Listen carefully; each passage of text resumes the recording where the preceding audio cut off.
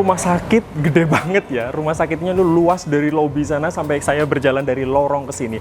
Dan vlog bareng RSPAU Dr. Hadi Harjolukito merupakan salah satu program baru dari Rumah Sakit Pusat Angkatan Udara Dr. Suhadi Harjolukito.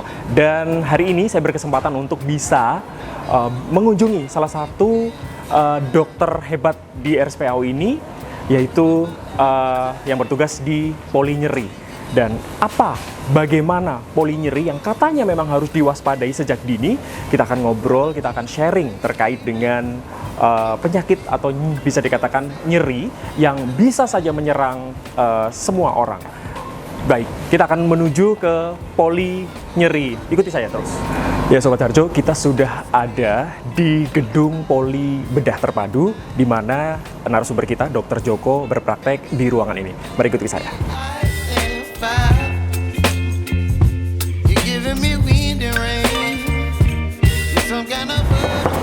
Selamat pagi, dokter. Selamat pagi. Pagi masuk. Selamat pagi, dokter. Pagi. Selamat pagi, dokter. Pagi. Apa kabar? Mohon maaf izin melepas masker. Oh iya, biar dikenal ya. Iya. Baik, kita akan ngobrol-ngobrol nanti ya, dok ya. Tapi sebelumnya apa kabar, dok? Alhamdulillah baik. Baik ya. Masih muda sepertinya, dokter. Iya. Ini Dokter Joko Sabtono merupakan spesialis anestesi dan bertugas atau berdinas di poli nyeri RSPAU Dr. Suhadi Harjolukito. Nah, Sobat Harjo, saat ini saya sudah ada di ruangan Dr. Joko Sabtono, spesialis anestesi FIP atau yang lebih bisa disebut yaitu Fellowship Interventional PIN. Iya. Beliau adalah sosoknya dan ini luar biasa. Nanti kita akan sharing, ngobrol terkait dengan poli nyeri yang mungkin Anda juga memiliki atau bermasalah dengan masalah nyeri. Kita bisa langsung tanya-tanya saja. Selamat pagi, dokter. Pagi, assalamualaikum. Waalaikumsalam warahmatullahi wabarakatuh. Dokter, terkait dengan banyaknya poli nyeri, kalau di Rumah Sakit Pusat Angkatan Udara sini di RSPAU Harjolukito, lebih ke apa ini, dok? Kalau keluhan-keluhan dari poli nyeri, banyak pasien yang datang terkait dengan nyeri apa seperti itu? Ya, bervariatif ya, dari nyeri akut sampai nyeri kronis ya. Nyeri akut itu misalnya ada pasien datang habis main tenis, dan sikunya nyeri atau misalnya tenis elbow. Nyeri kronis ya, kayak misalnya osteoartritis lutut. Biasanya keluarnya kaki saya tidak bisa ditekuk. Kalau untuk sholat sakit seperti itu. Ya. Pendeteksinya seperti apa ini, dok? Biasanya dokter langsung menanganinya seperti apa ini? Apa hanya dengan cerita dari si pasien atau ini sudah bisa ditentukan? Diawali dari cerita. Jadi pasien datang, kita ajak ngobrol-ngobrol atau istilahnya di kedokteran itu kita anamnese. Untuk istilahnya saya menentukan asesmen awal atau diagnosa awal apa. Jadi pasien itu saya silahkan untuk cerita yang banyak sebanyak-banyaknya ya. Penyakitnya, kronologis penyakitnya, mungkin di sisi mana, sebelah mana dari badan, terus sudah berapa lama onsetnya, kemudian karakteristiknya terutama khasnya apa ini. Kalau akut biasanya nyerinya nyeri tajam atau nyeri seperti ditusuk-tusuk. Nah, kalau kronis biasanya berhubungan dengan sensasi nyeri yang kayak panas, kayak kesemutan seperti itu. Jadi diawali dari cerita, kemudian saya gali, saya explore keluarnya itu seperti apa, kemudian langkah berikutnya saya lakukan pemeriksaan fisik. Kalau misalnya masih kurang, saya lakukan pemeriksaan penunjang seperti yang ada di sini. Kita lakukan dengan pemeriksaan USG supaya karena inti dari interventional pain management itu sebenarnya kan tindakan yang presisi. Ya, minimal invasif, presisi, dan non operatif. Untuk presisinya ya kita harus tahu tepat di mana sebenarnya pain generatornya, sumber nyerinya itu di mana. Jadi tidak asal nyuntik. Jadi kita harus tahu ujung jarum saya ada di mana. Baru saya berani menaruh substan terapi atau obat-obatan atau mungkin ujung jarum untuk kita lakukan radiofrekuensi. Tapi apakah selalu harus berakhir di ujung suntikan, dok? Itu kita kalau bicara tentang intervensional kan sebenarnya luas ya. Jadi tidak hanya suntik, bahkan kayak tindakan-tindakan fisioterapi itu sebenarnya kan intervensi sebenarnya.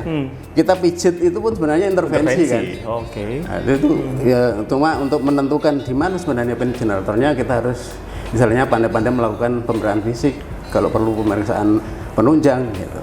Iya, jadi catatannya adalah nyeri, ketika nyeri memang harus selalu diwaspadai ya dok ya. Tapi tidak akan berakhir juga di ujung suntikan. Ya, tidak. Seperti harus ada intervensi dulu, ada manajemennya. Nah, terkait dengan manajemen poli nyeri, ada nggak yang harus diunggulkan? Dokter mungkin bisa kasih saran? Ya, sebenarnya poli nyeri ini kan saya tampil di belakangnya itu dan terapi regeneratif. Terapi regeneratif. Alatnya ada di sana, kita punya untuk bikin PRP namanya. Jadi pada pasien-pasien yang mengalami gangguan osteoartritis selama itu masih grade 2, 3 kita di samping terapi proloterapi kita juga dengan injeksi PRP. Jadi darah pasien kita ambil sekitar 30 cc, kemudian kita putar pakai sentrifuge, kita ambil PRP-nya. Protein rich plasma. Jadi kaya akan faktor-faktor pertumbuhan. Growth faktornya kita masukkan lagi. Berarti memang banyak faktor yang mempengaruhi adanya nyeri ya dok ya. Wah, banyak. Terkait dengan kewaspadaan dok, nanti juga kita akan sharing terkait dengan usia mungkin. Apa yang perlu diwaspadai ketika kita sudah menyerang nyeri? Langkahnya harus seperti apa dok? Kadang kebingungan sendiri. Ini nyeri kenapa? Kadang hilang, kadang timbul seperti itu. Makanya ini dibutuhkan sebuah manajemen. Betul sekali ya dok ya. Iya. Bisa di-sharingkan dok informasi buat sobat Harjo semuanya terkait dengan ketika kita mendapatkan nyeri, langkahnya harus seperti apa? Langkah pertama tentu pencegahan itu lebih bagus ya daripada pengobatan.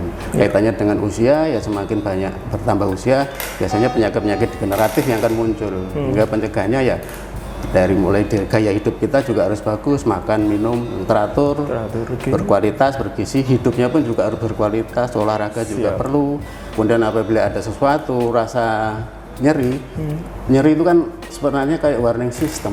Jadi ada sesuatu dalam badan kita. Begitu ada nyeri kita harus ya salahnya ada apa ini? Ini ada sesuatu nih pasti gitu ya dok ya. Seperti kalau rumah ada kebakaran atau ada asap aja, kalau sistem alarmnya bagus kan langsung bunyi. Jangan langsung detek ya. Ada asap aja langsung bunyi.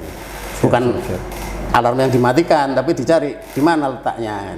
Tapi dok, apakah nyeri ini rentangnya bisa menyerang siapa saja dari berbagai usia atau memang ada kelompok-kelompoknya? Mungkin kelompok beresiko tinggi seperti itu. Semua usia, bahkan bayi pun kan bisa. Bayi bisa nyeri, cuma kadang tidak bisa ngomong ya dok ya. Iya, ya tandanya dengan nangis. Dengan nangis. Kalau bayi agak gedean dikit ya mungkin mukanya. Dok, ini pertanyaan yang standar sih mungkin. Masih ada kebingungan masyarakat di luar sana atau sahabat Harjo sendiri. Sebenarnya nyeri itu menyerangnya mana dok? Antara apakah otot, karena otot juga terbagi-bagi. Apakah mungkin bisa langsung ke tulang atau apa dok? Ya semua. Mulai dari kulit sampai tulang bisa. Jadi pain generatornya. Jadi nyeri itu kan karena sesuatu kerusakan jaringan atau potensi kerusakan jaringan, sehingga tingkat seluler pecah, dia akan menghasilkan mediator yang itu sifatnya jahat ya, bisa katekolamin dan itu prostaglandin itu, dan akan istilahnya memicu untuk terjadinya proses nyeri. Semua usia bisa terserang nyeri ya? Bisa. Mungkin cara menunjukkannya berbeda-beda, seperti itu dok ya? Rentang usia seberapa yang harus diwaspadai dok? Itu nyerinya mungkin lebih mengarah ke satu penyakit atau memang ini harus terdeteksi dini, harus diwaspadai? Usia rentang berapa dok? Kalau digolongkan rentang usia itu nggak bisa ya? Oh nggak bisa? Paling ya Oh, tipikal pada pasien tipikal. tua ya ini penyakitnya biasanya degeneratif, Degeneratif. atau neuropatik seperti itu. Oh, lebih ke neuro, berarti lebih ke otot. Iya. Iya, oh baik. Ya, kita dapat ilmu Sobat Harjo, ternyata poli nyeri banyak sekali penyebabnya dan itu bisa menyerang siapa saja, tidak tergolong dalam usia. Risiko tingkat tinggi pastinya harus diwaspadai terlebih lagi usia-usia yang memang sudah rentang seperti itu ya, dan itu harus benar-benar segera diwaspadai.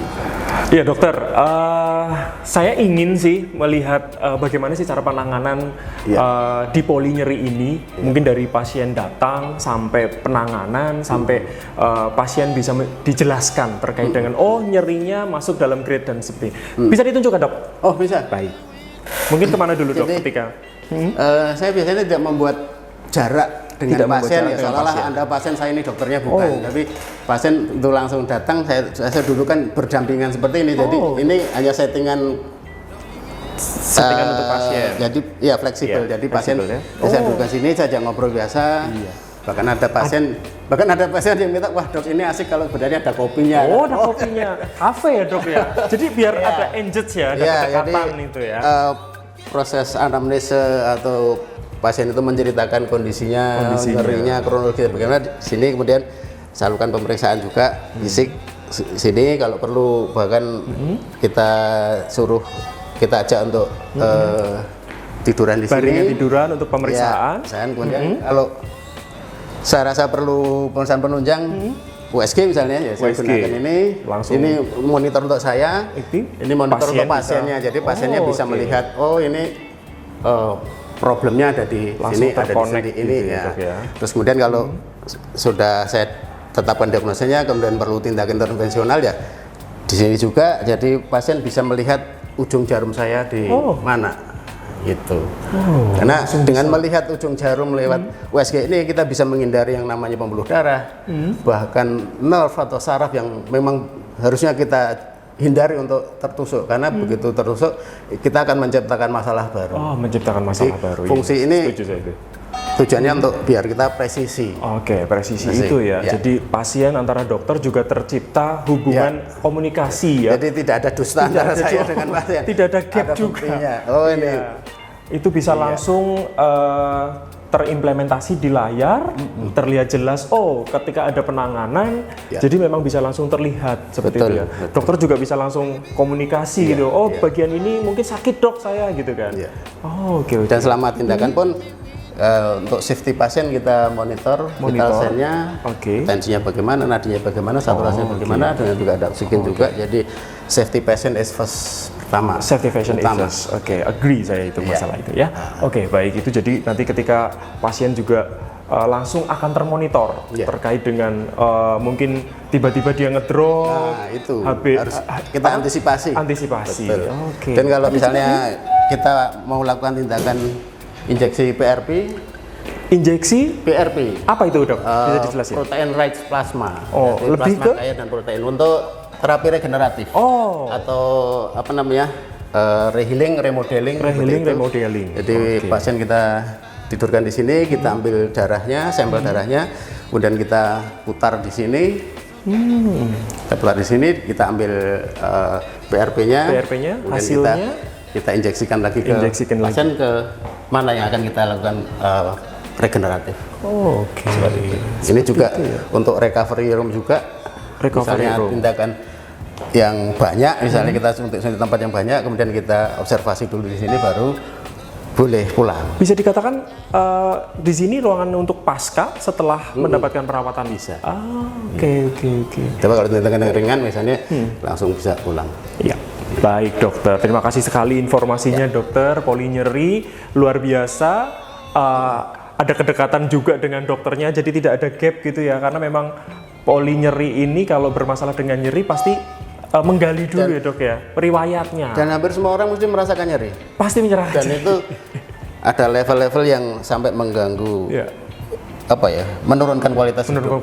Karena hidup. apa, dengan nyeri tidak bisa beraktivitas, minum kopi yang enak, ya. Oke, terutama tidak bisa bekerja. Betul, tidak bisa Sampai menyalurkan tidak bisa hobi bekerja, juga. apalagi kalau itu sebagai tulang punggung keluarga. Sehingga dampaknya tuh luas kok nyeri ini. Makanya harus kita tangani, kita atasi secara komprehensif. Seperti itu. Ya, luar biasa sekali. Dokter, terima kasih sekali informasinya. Ini ada Sama-sama. edukasi di hari ini terkait dengan nyeri. Jadi memang harus ada kewaspadaan dini ya terkait dengan nyeri yang terjadi Jangan di tubuh sepelekan kita. nyeri. Jangan sepelekan nyeri. Saya setuju sekali dengan dokter. Dokter Joko Sabtono, terima kasih sekali. Selamat Sama-sama. beraktivitas. Sukses untuk dokter. Ya. Dan Sobat Harjo, jangan lupa untuk bisa memfollow media sosial RSPAU Dr. Suhardi Harjolukito. Terima kasih.